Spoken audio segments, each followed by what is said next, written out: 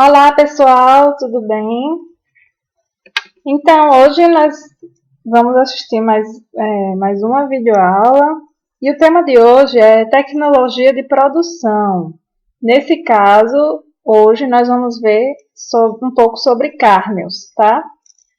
Bom, gente, como tem muita coisa para se falar de Kernels, eu resolvi dividir o vídeo em duas partes. Então, hoje nós vamos falar um pouco sobre a primeira parte e depois eu estarei preparando outro vídeo para vocês com a segunda parte, ok?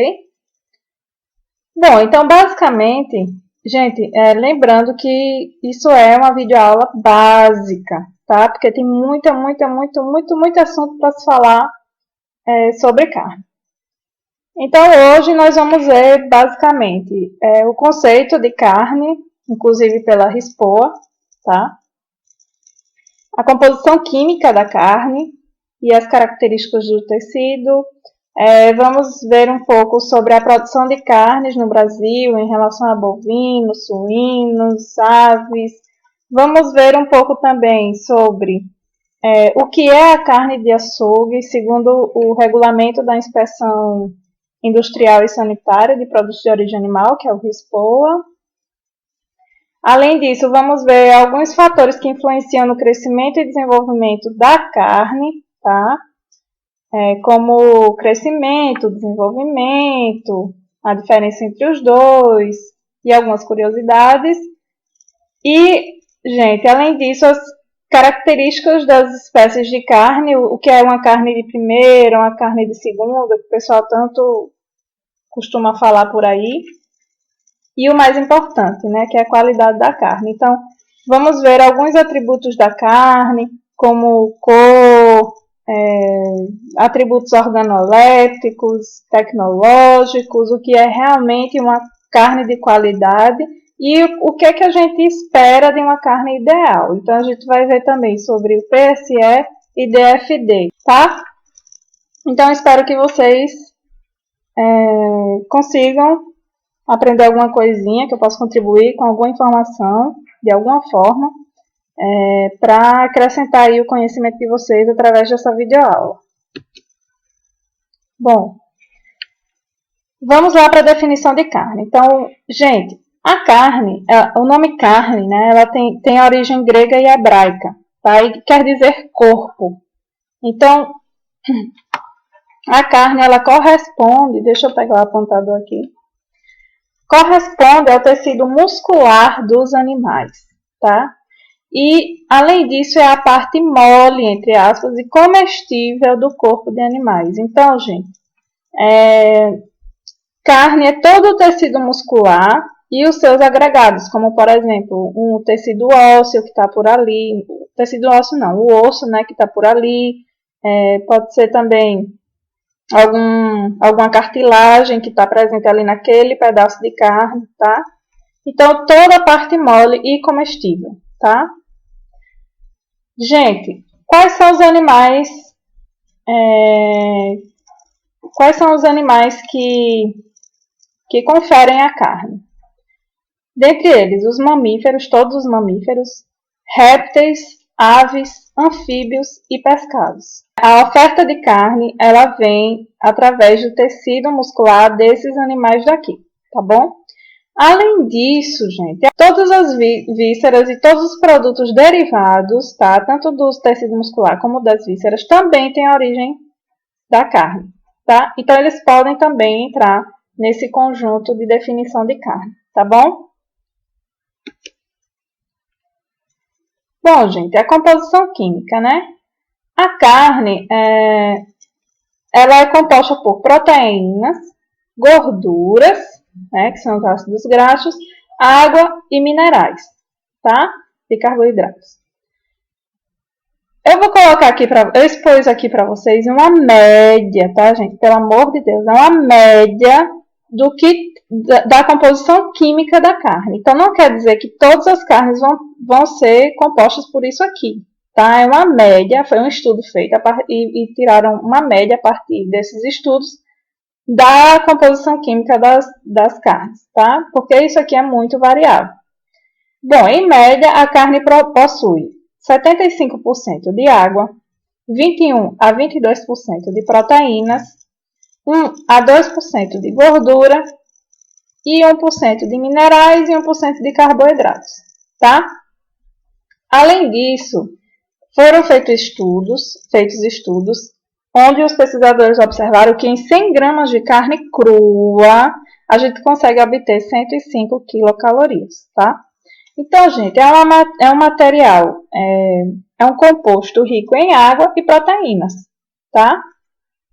Por isso que ela é tão nutritiva, certo?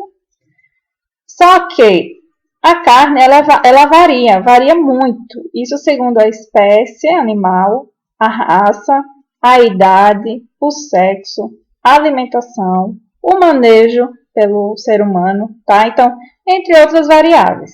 Então, lembra lá que fenótipo igual a genótipo mais ambiente. Então, tudo que estiver ligado entre genótipo e ambiente vai modificar a composição química desse composto, tá? Da carne.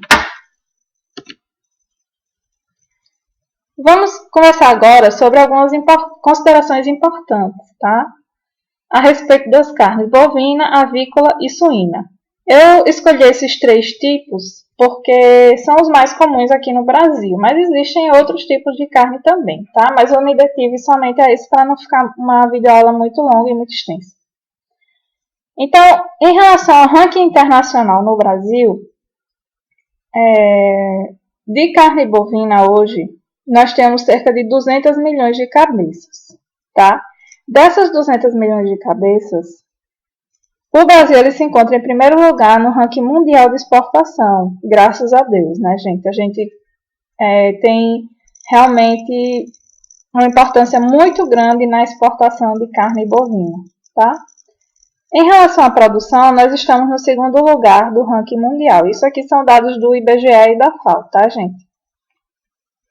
Em relação à carne avícola, nós temos cerca de 1 bilhão e 10 milhões de cabeças de aves, tá? Para exportação, nós estamos em primeiro lugar do ranking mundial, mais uma vez, graças a Deus, né? E em relação à produção da carne, da produção de aves, nós estamos no terceiro lugar do ranking mundial, tá? Em relação à carne suína, nós temos 35 milhões de cabeças e também estamos no primeiro lugar do ranking mundial para exportação. Em relação à produção, quarto lugar do ranking mundial. Então, gente, o que a gente pode concluir a partir desses dados? Que o Brasil ele é um ótimo exportador de carnes, tá? Em geral. Então, em relação à produção interna para produto interno, tá? O Brasil ainda precisa melhorar muito, tá, gente? Principalmente em relação à carne bovina, tá? A gente observa aqui que, em relação à produção, o Brasil ainda precisa melhorar, tá? E qual é o fator que impede que essa produção melhore ainda mais? Gente, é a qualidade da carne, tá? Então, a qualidade da carne é muito importante, principalmente para exportação. Algumas considerações importantes a mais. Bom, gente, a carne, ela é um ótimo contaminante, tá? E ela erradica doenças, tá? Então, tem que se tomar cuidado na hora de todo o processamento de abate. Assim como a produção também, tá? Por quê? Porque no sistema de produção, há a erradicação de doenças também, como a febre aftosa, a tuberculose, a brucelose bovina, tá? Rapidamente, essas doenças elas se espalham em todo o rebanho, tá? Então, o Brasil, graças a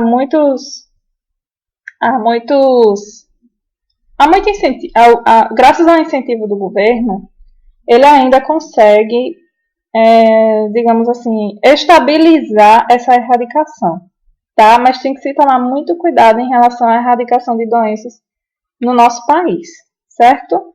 Porque uma carne contaminada, ela vai erradicar doenças para toda a população, tá? Principalmente porque são doenças, são zoonoses, tá?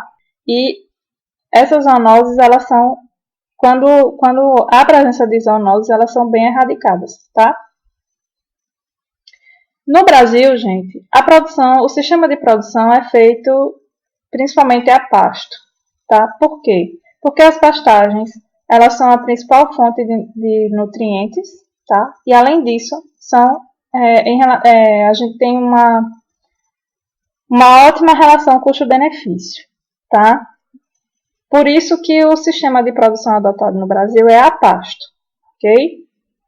Além disso, o Brasil, por ter uma vasta extensão territorial, consegue manter um grande número de piquetes, tá? Para a produção desses animais, principalmente a bovinocultura. Então, gente, no Brasil nós temos cerca de 200 milhões de hectares de pastagens, tá? Desses 200 milhões, cerca de 110 milhões de hectares são de pastagens cultivadas, ok? E essas pastagens cultivadas, claro, são melhoradas, tá? Para justamente aumentar o efetivo bovino e aumentar a produtividade. Bom, outra consideração importante é em relação à rastreabilidade, tá? Então, o Brasil precisa melhorar muito a produção de carne em relação à rastreabilidade. Hoje, nós temos dois sistemas. Nós temos o Sysbov, que faz essa rastreabilidade, e os estabelecimentos registrados, né? Que acompanham toda a vida pregressa dos animais, tá? Por que isso é importante? Porque é através da rastreabilidade que a gente obtém o histórico desses animais. Então, a gente obtém histórico de doenças, a gente obtém o histórico da genética desses animais, dos parentes ascendentes, enfim, todo o histórico desses animais, tá? Por isso que é importante, porque se por acaso um rebanho erradicar algum tipo de doença dessas aqui, por exemplo, através do histórico e da genética desse animal, a gente pode evitar essa erradicação. Então, a rastreabilidade é muito importante. A gente deve dar mais valor à rastreabilidade no Brasil, certo? Bom, gente, segundo o RISPOA, existe uma classificação de carne, existe uma denominação, de carnes, que são as carnes de açougue, tá? E segundo o RISPOA, são massas musculares maturadas e demais tecidos que as acompanham, tá? Incluindo a base óssea correspondente, procedente de animais abatidos sob inspeção veterinária. Então, além da massa muscular, os tecidos que as acompanham, tá? Que foi o que eu falei para vocês logo no início da videoaula. Eita, gente, esqueci um A aqui, me desculpem. E a gente pode classificar essas carnes como carne vermelha e carne branca. E quais são as carnes vermelhas? Gente, não confundam, tá? Carnes vermelhas são provenientes de bovinos, búfalos, ovinos, caprinos, suínos e coelhos. Então, muita gente pensa que suínos e coelhos são carnes brancas, mas não são, ok? E as carnes brancas são provenientes de aves e peixes, tá? Então, não esqueçam. Vamos observar agora alguns fatores que influenciam a composição e a qualidade da carne. Bom, gente, entre o fator mais acentuado é a espécie. Claro, porque, por exemplo, vamos comparar duas espécies aqui, bovino e suíno. Claro que é o fator mais acentuado, porque uma carne de bovino nunca vai ser igual a carne de suíno, tá? É o que mais influencia a composição e a qualidade da carne. Outro fator, a raça. A raça afeta, sim, a composição química e bioquímica do músculo, tá?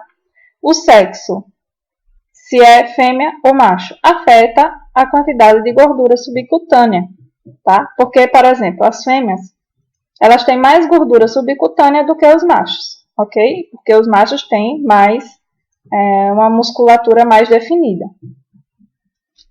Idade, afeta a composição química, porque, por exemplo, um borrego nunca vai ter a mesma composição química da carne do que um animal adulto. Então, eu vou mostrar para vocês logo depois como é que isso acontece, tá? Em relação aos tecidos.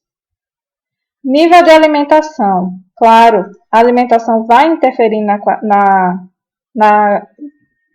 qualidade da carne, tá? Principalmente em relação ao marmoreio, tá? Então, o marmoreio, um animal bem alimentado, tá?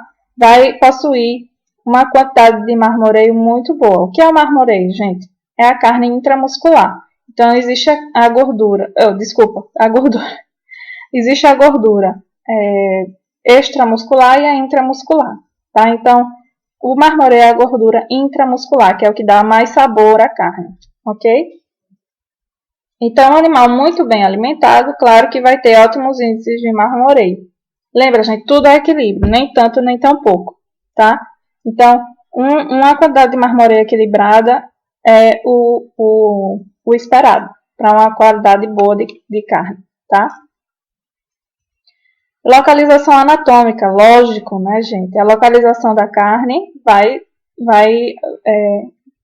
a qualidade da carne vai ser alterada segundo a localização, né? E, além disso, há uma alteração na hemoglobina, tá? Porque os músculos mais ativos, onde tem uma musculatura mais ativa, que está sempre em atividade, vai possuir mais hemoglobina, tá? E, consequentemente, a coloração da carne também vai mudar, ok? E tem os fatores antemortem e pós-mortem, isso aqui vai ficar, gente, para a segunda aula, para não ficar muito extenso, ok? Então, não percam a parte 2 dessa videoaula. Então, também antemortem e pós-mortem vão alterar a qualidade da carne. Fatores que influenciam no crescimento e desenvolvimento de animais produtores de carne. Gente, não confundam crescimento com desenvolvimento. O que é que o fator crescimento, o que é que está ligado ao fator crescimento? O peso, a altura e a circunferência, tá? Desses animais em função da idade, ok? Então, gente, alterou a quantidade do peso, alterou a altura e a circunferência desses animais em função da idade, a gente pode dizer que esses animais estão na fase de crescimento, ok? Além disso, o crescimento ele está ligado às características alométricas dos tecidos. Então, ó, primeiro vem o crescimento do tecido nervoso, depois o crescimento do tecido ósseo, depois o crescimento do tecido muscular e, por último, o crescimento do tecido adiposo, tá? Então, essa característica alométrica dos tecidos estão diretamente ligadas ao crescimento. E o desenvolvimento? Em relação ao desenvolvimento, ele está ligado às mudanças corporais e ao funcionamento do organismo, tá? Então, as mudanças do corpo do animal estão relacionadas ao desenvolvimento, ok? Então, gente, outro exemplo que eu posso dar aqui em relação ao desenvolvimento são as fases de desenvolvimento, né? Por exemplo, eu tenho o borrego e um adulto. Então, digamos que a mudança corporal entre o borrego e o adulto caracteriza a fase de desenvolvimento, ok? Bom, aqui a gente tem uma figura que é a curva de crescimento dos tecidos, tá? E aí, gente, o que é que a gente pode observar? Que essa composição dos tecidos, ela é alterada em função da idade, tá? Então, a gente tem aqui, ó, no momento da concepção, ao nascimento, a puberdade e a maturidade, tá? Em relação à idade do animal.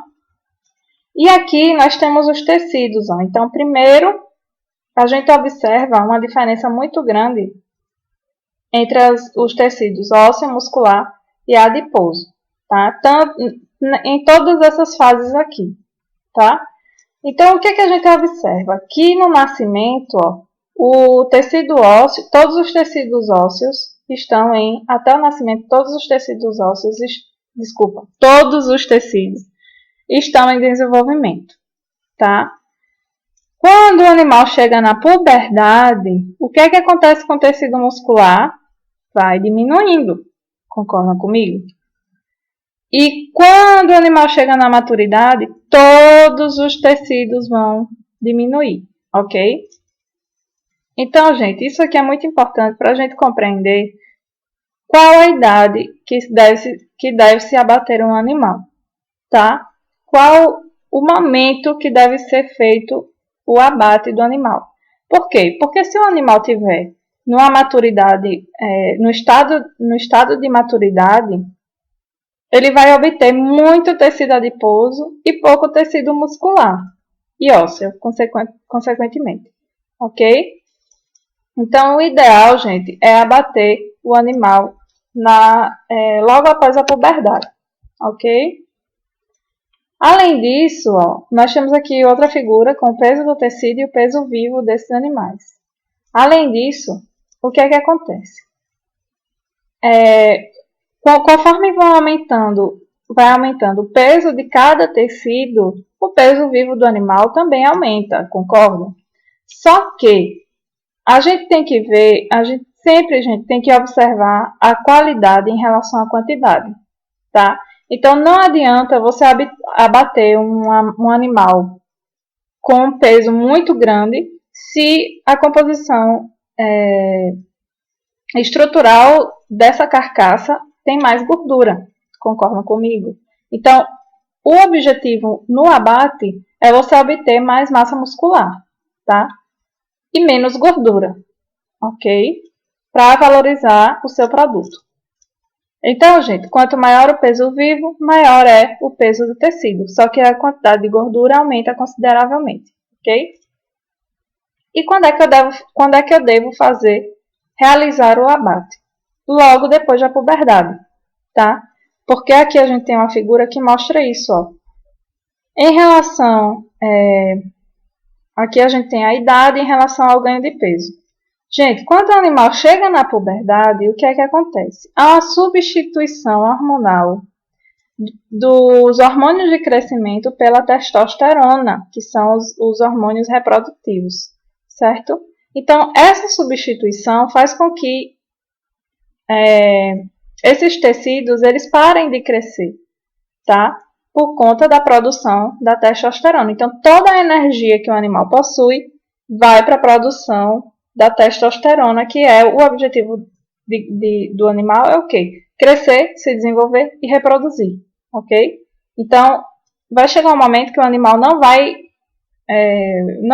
vai produzir tanto tecido assim, então o tecido dele, a produção de tecido vai estabilizar e ele vai produzir os hormônios para a reprodução, ok? Espero que vocês tenham entendido. Principais características das diversas espécies de carne. Gente, esse slide é muito importante, por quê? Muita gente costuma falar por aí que existe carne de primeira e carne de segunda, tá? Só que eu, particularmente, eu estou colocando aqui a minha opinião, tá? Eu, particularmente, não considero que existe carne de primeira e carne de segunda. Por quê? Porque existem as carnes do quarto traseiro, que o pessoal chama de traseiro especial, e do quarto dianteiro, que o pessoal chama de ponta de agulha, tá? Essa é a denominação certa para carne, tá? Porque não existe, gente, carne de primeira e carne de segunda. Isso aí é coisa que o homem inventa. Eu nem sei por quê. Por quê? O que vai dizer que a qualidade da sua carne, além de todas as características pré-abate e pós-abate, é o modo de cocção, ou seja, é o modo com que você cozinha essa carne, ok? E a gente vai ver agora por quê.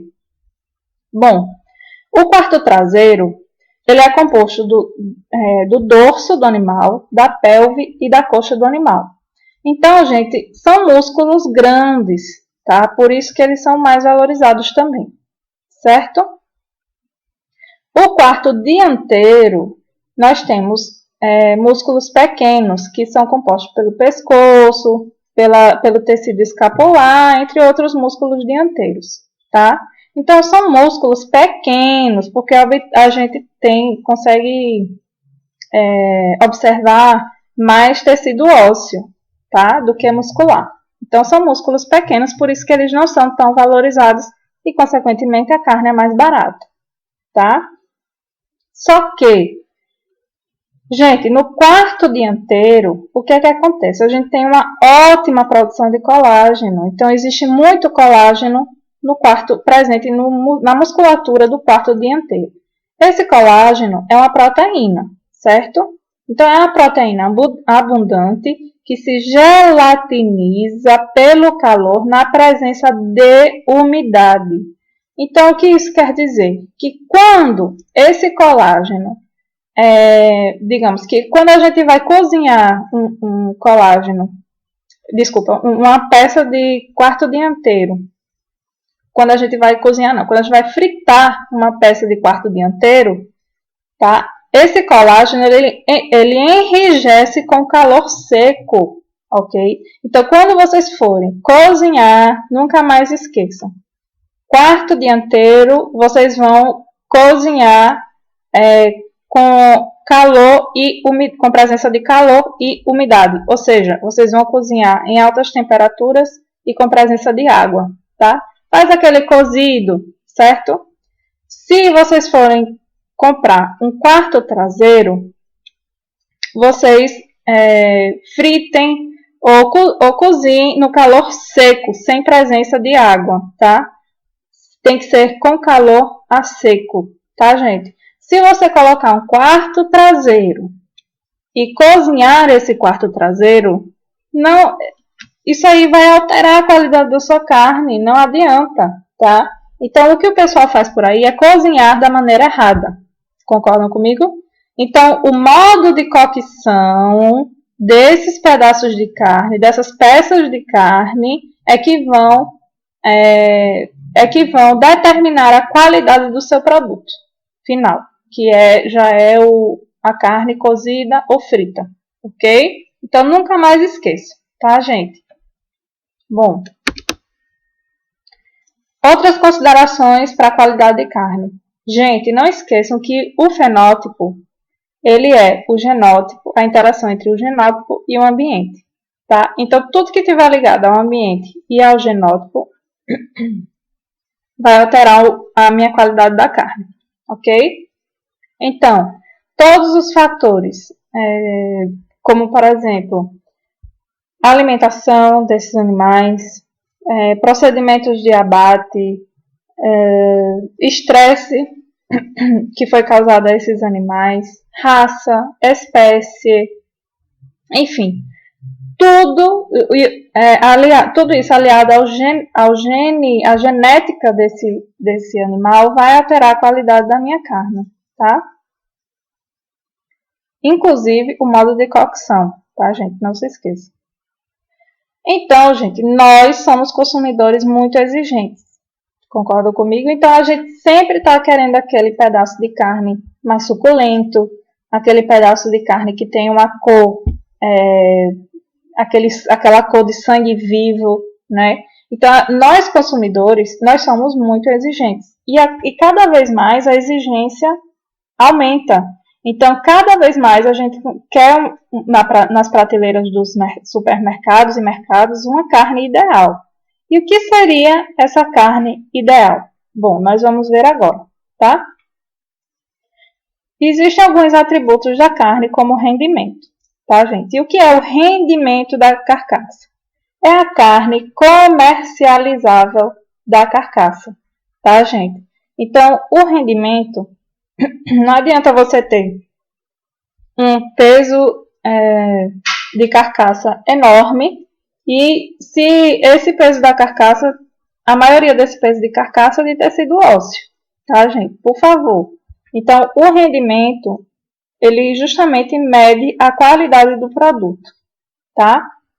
E quando a gente fala em qualidade, o que seria essa qualidade? Bom, nós temos três aspectos. Nós temos o aspecto visual, tá? Onde a gente sempre está buscando uma cor agradável, uma textura agradável e uma firmeza de carne agradável. Então, nós temos o aspecto visual, que mede cor, textura e firmeza. Nós temos os atributos organolépticos, que medem a maciez, o sabor e a suculência da carne. Tá? E nós temos os aspectos tecnológicos, que conferem a cor, a capacidade de retenção de água da carne, o pH, entre outros. Tá? Então, nós temos esses três aspectos aqui, ok?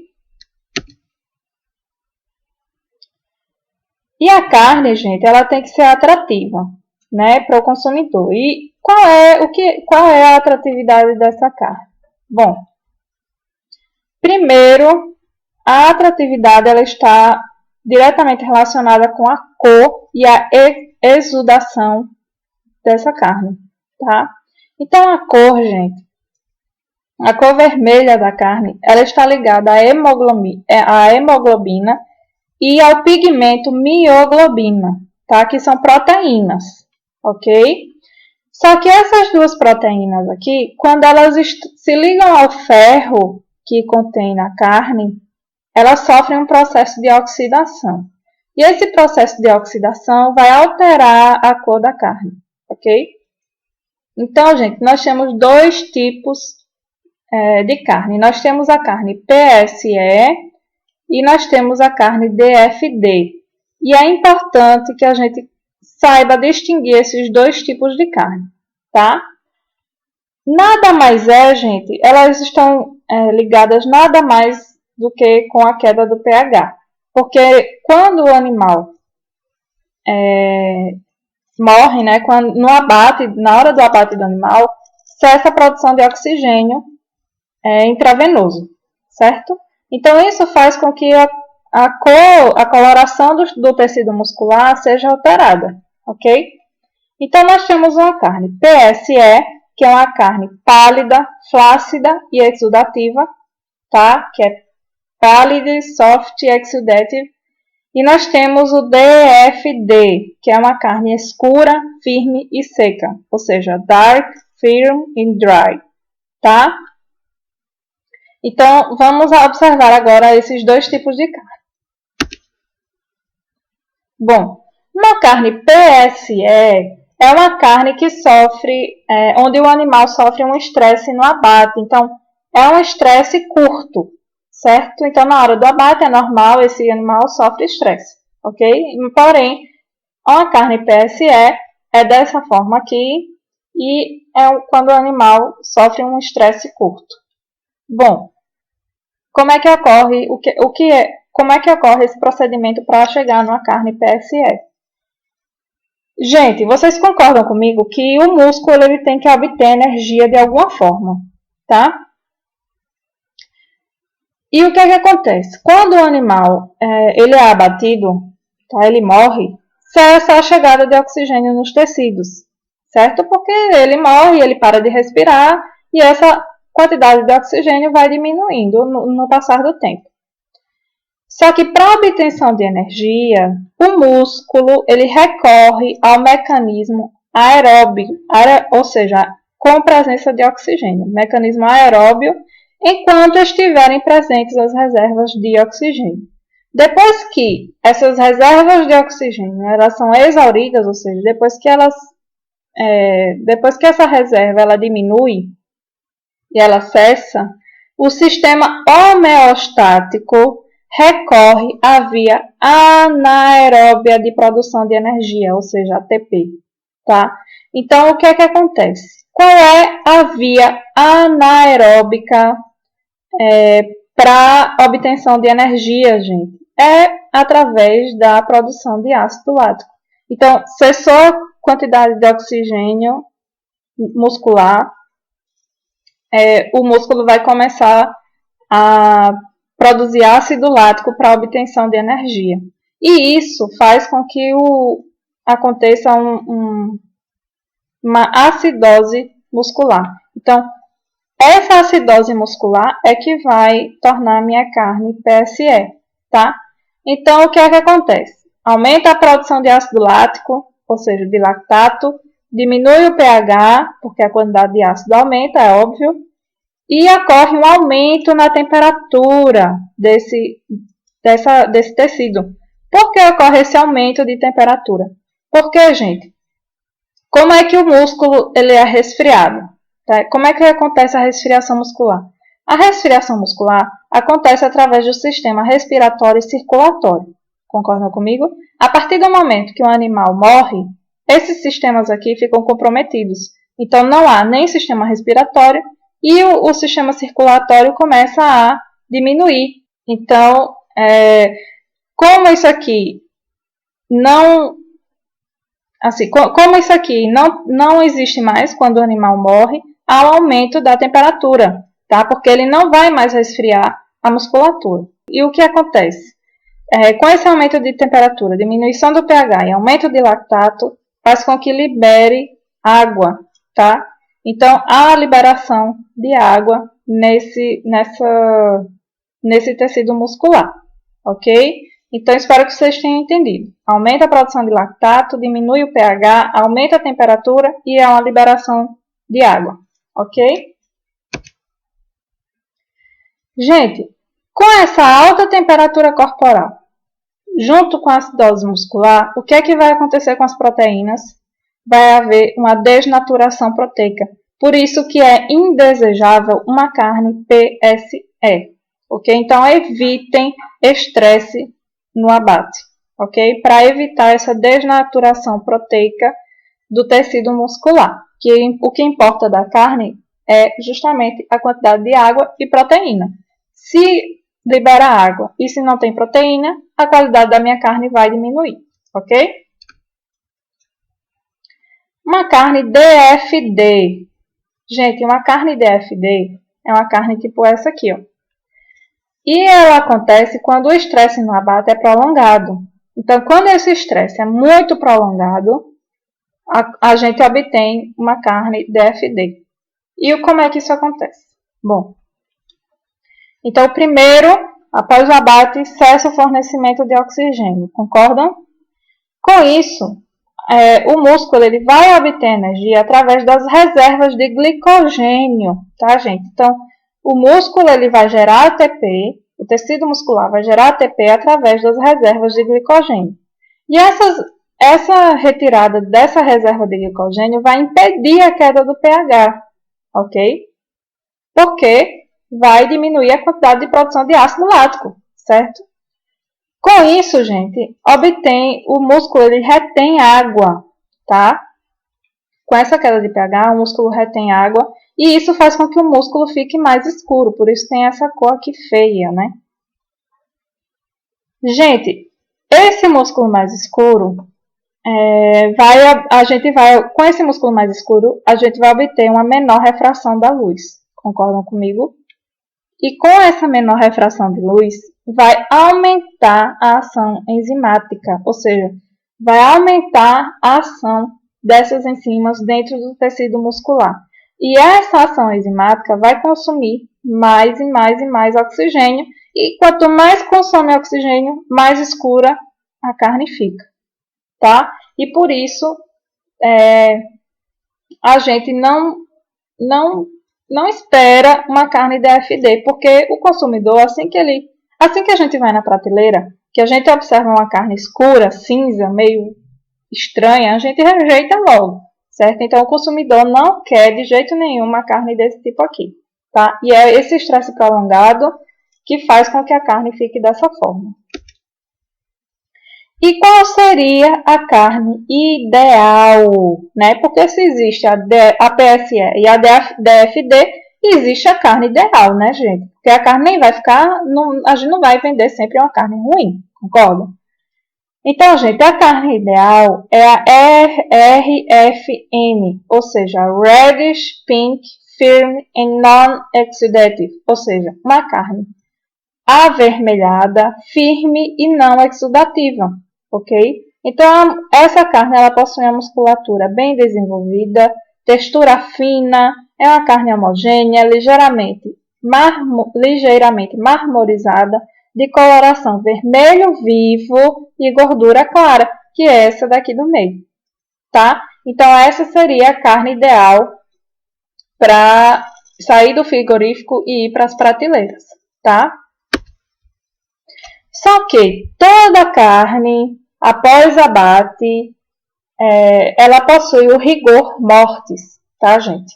E isso é inevitável, tá? E o que é esse rigor mortis? O rigor mortis é a contração muscular intensiva e irreversível, ou seja, nada mais é do que uma rigidez cadavérica, tá? Porque depois que o animal é abatido, algumas horas após ou alguns minutos após, esse músculo ele tende a se enrijecer, tá? E qual é a resolução para isso aqui? Primeiro, uma degradação enzimática, ou seja, a gente vai colocar algum produto que contém alguma enzima para degradar. A gente pode também resolver esse problema através de uma adição de algum produto químico, como por exemplo, gente, eu tenho vinagre e eu coloco vinagre na minha carne. Esse vinagre, é um produto químico e ele vai desestruturar essa rigidez cadavérica, tá?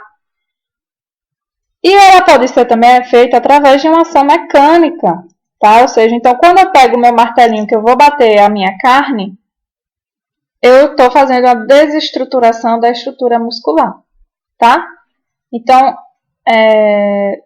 a gente pode resolver esse problema do rigor mortis através desses três processos: degradação enzimática, química ou mecânica, ok? Gente, a gente tem uma tabela aqui com os animais e o tempo para o início do rigor mortis. Então, o que a gente observa? Que os pescados, eles são, assim, eles têm que ser processados muito rapidamente. Por quê? Porque a degradação deles é muito rápida e o rigor mortis dele é muito rápido, tá? Então, enquanto que o pescado leva de cerca de 30 minutos a 1 hora para o início do rigor mortis, o bovino leva de 6 a 12 horas, ok? Então, o pescado ele tem uma vida de prateleira muito curta, tá? Por isso que tudo tem que ser muito rápido. Bom, gente, para hoje era só isso. Para a segunda parte, o que a gente vai observar? A gente vai observar o abate humanitário, então a gente vai observar o que é o abate humanitário, como ele pode ser feito, tá, gente? Então, por favor, não saiam dizendo por aí que comer carne é desumano. Não é. Vocês vão observar na próxima videoaula como é feito todo o processo do abate humanitário. Tá? Então, esses animais, gente, quando eles são abatidos, eles não têm nenhum tipo de sofrimento, tá? A não ser que o manejo do abate e pré-abate, do pré-abate, no caso, ele seja mal feito, tá? E isso é um erro humano, tá, gente? Então, se esse abate é mal feito, claro que esse animal vai sofrer. Mas hoje nós temos legislação para que esse abate ele seja humanitário, ou seja, para que haja um bem-estar animal e que esses animais eles não sofram com esse abate, ok? Então, isso tudo a gente vai observar na próxima aula, videoaula, e também nós vamos observar os fatores de estresse, ante-mortem e pós-mortem, ou seja, antes do abate e pós-abate, ok? Então, muito obrigada a todos, espero que vocês tenham gostado da videoaula. Podem estar me enviando por e-mail algumas sugestões de videoaula que eu estarei fazendo para vocês. E qualquer dúvida, podem estar enviando e-mail para mim também, que eu vou estar respondendo assim o mais breve possível, tá? Muito obrigada, bons estudos e até a próxima